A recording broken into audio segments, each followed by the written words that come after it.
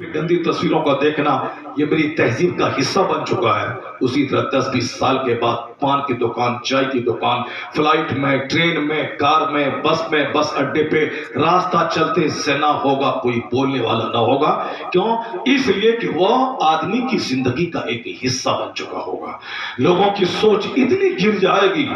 اگر کوئی 10-20 آدمی کے سامنے زنا کر رہا ہوگا تو اگر کوئی بول دیا کہ اس کو پردے کے پیچھے کر لیتے، وہ اس زمانے کا صدیق ہوگا، ولیوں کا سردار ہوگا. تو آپ سمجھ سکتے ہیں کہ اتنا بولنے والا کہ پردے کے پیچھے کر لیتے تو وہ صدیق کے وقت ہوگا. تو پھر عام لوگوں کی سوچ یہ ہوگی کوئی اس کو برا کہنے والا نہیں رہ جائے گا. اسی طریقے سے آج دولتوں کو لوگ عزت کا معیار سمجھتے ہیں. نہیں، مصطفیٰ جان رحمت نے کیا فرمایا کہ دولتیں اتنی سستی ہو جائیں گی کہ ننگے بدن فلک بوس عمارتوں میں اترائیں گے. تو معیار کیا ہے عزت کا؟ معیار تقویٰ ہے، معیار ادب ہے، معیار اخلاق ہے. اگر کسی ٹوٹی دیوار میں اور کچی دیوار میں کوئی بااخلاق، سویلائز، ڈسپلین، مہذب آدمی رہتا ہو تو اربوں کے مکان میں رہنے والے بد اخلاق سے کروڑوں گنا یہ آدمی رہتا ہے. یہ معیار زندگی ہے.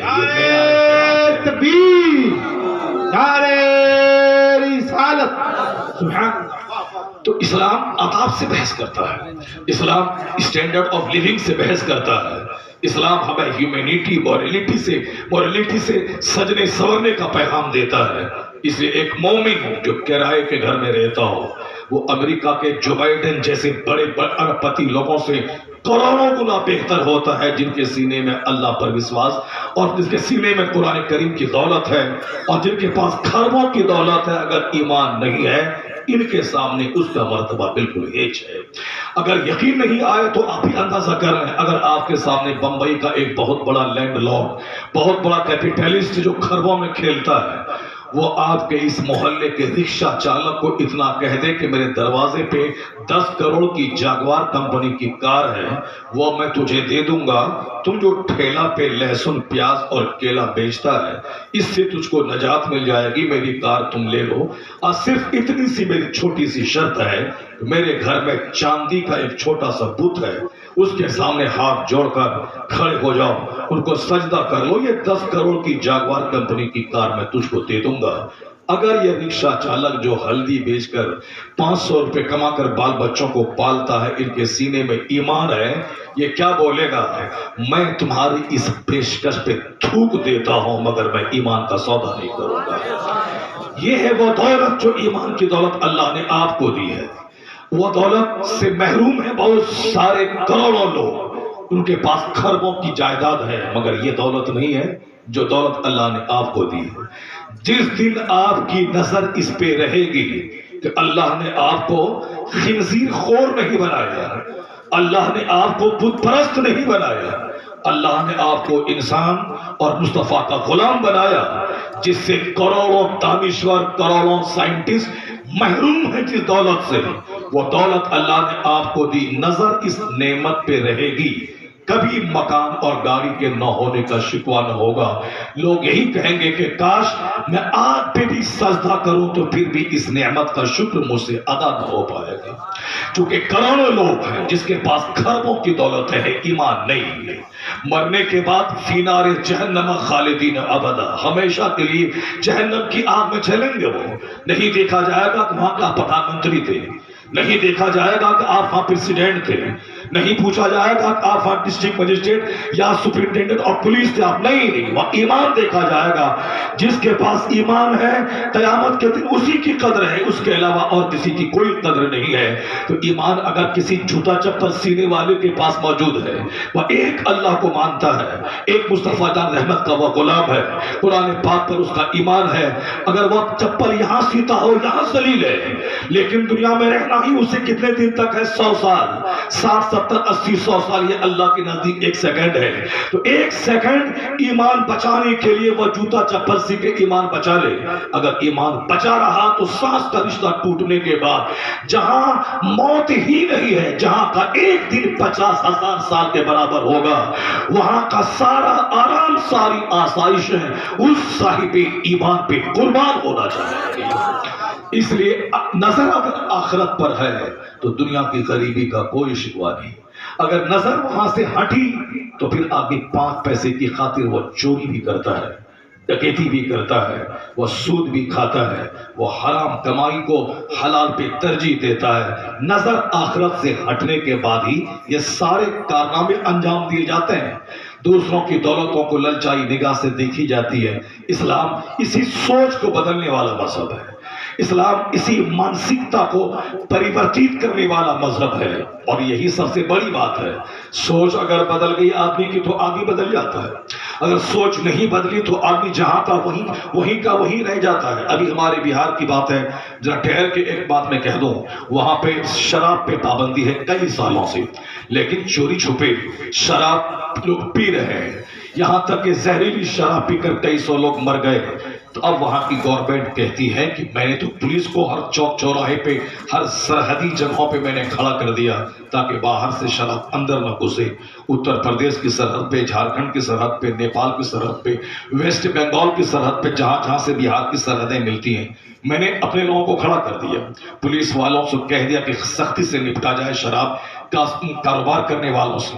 میں نے اس کو جیل میں ڈال دیا, میں نے اس کی گاڑی ضبط کر لی, لیکن اس کے باوجود لوگ چوری چھپے شراب کو نہیں چھوڑا اور زہریلی شراب پی پی کے لوگ مر رہے ہیں. اب مجھ کو پولیس کی موجودگی میں اپنا ہدف میں نہیں پایا, اپنے نشانے پر میں نہیں پہنچ پایا. آرمی ہے, کورٹ ہے, جوڈیشری ہے, ایڈمنسٹریشن ہے, سب کچھ رہنے کے باوجود میں جو چاہتا تھا وہاں کا چیف منسٹر کہتا مجھ کو حاصل نہیں ہوا. میں چاہتا تھا شراب مکت بہار, کہ پولیس والے بھی نہ پئیں اور ایڈمنسٹریٹو سروس میں جو لوگ ہیں وہ لوگ بھی نہ پئیں اور عام جنتا بھی نہ پیے, مگر لوگ چوری چھپے پی رہے ہیں.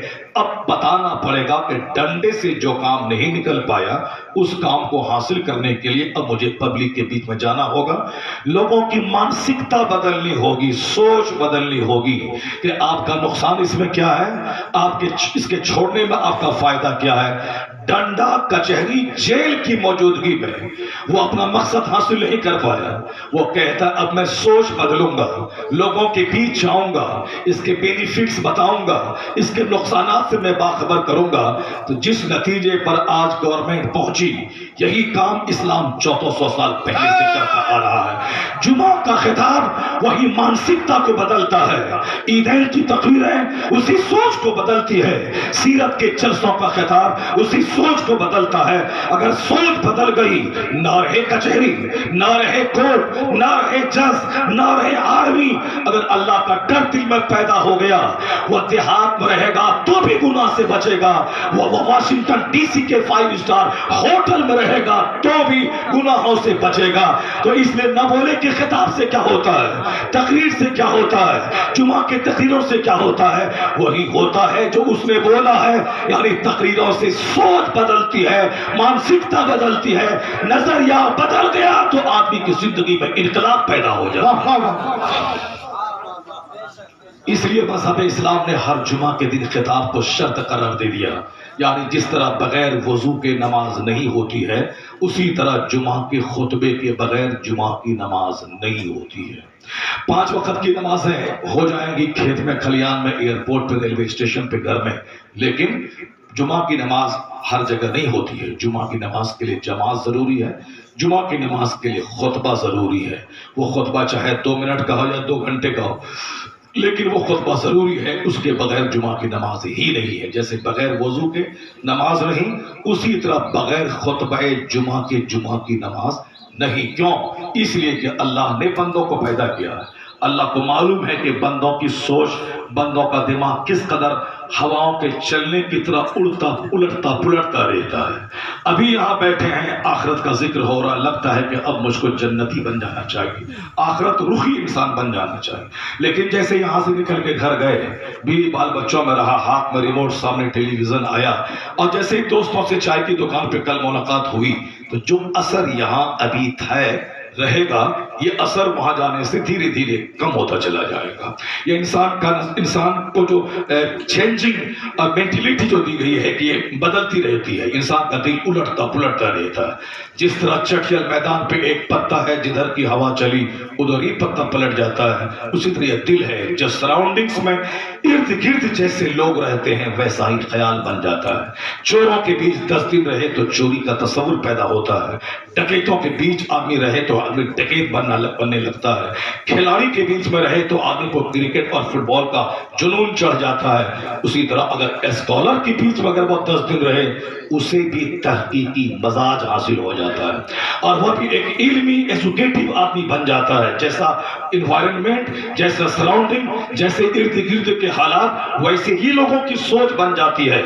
اور پھر یہ سوچ ہمیشہ قائم نہیں رہتی ہے، اس سوچ کو ہمیشہ برقرار رکھنے کے لیے اچھی صحبتیں ضروری ہے، اس طرح کا ماحول ضروری ہے۔ اس لیے اسلام نے انسان کی سوچ کو دیکھتے ہوئے ہر جمعہ کے دن خطاب کو لازم اور شرط قرار دے دیا، تاکہ جمعہ کو آج سنا ان اللہ یأمر بالعدل والإحسان وإیتاء ذی القربى وینہی عن الفحشاء والمنکر والبغی یعظکم لعلکم تذکرون۔ آیا ہے تفسیر کی کتابوں میں کہ اس آیت کے علاوہ قرآن میں کوئی آیت اور نہیں ہوتی، تو اس آیت میں جو جامعیت ہے، اس آیت میں جو معنویت ہے، اس کی وجہ سے کہا جا سکتا ہے کہ سارے قرآن کریم کی آیتوں کا مفہوم اس آیت کریمہ میں جمع ہے۔ اس لیے خطبہ جمعہ میں اس کو پڑھا جاتا ہے عرب میں بھی، عجم میں بھی، امریکہ میں بھی، افریقہ میں بھی، کیونکہ اس آیت کے پڑھنے کا مطلب کہ پورا قرآن سنا دیا گیا ہے۔ جن جن چیزوں کو اسلام نافذ کرنا چاہتا ہے اس کا بیان اس میں ہے، اور جن جن چیزوں سے اسلام روکنا چاہتا ہے ان تمام منہیات کا چرچا اس میں ہے۔ اور اللہ کہتا ہے یعظکم لعلکم تذکرون، اللہ تمہیں سمجھاتا ہے، نصیحت کرتا ہے، کہیں تم نصیحت پا جاؤ، راہ راست پہ آ جاؤ۔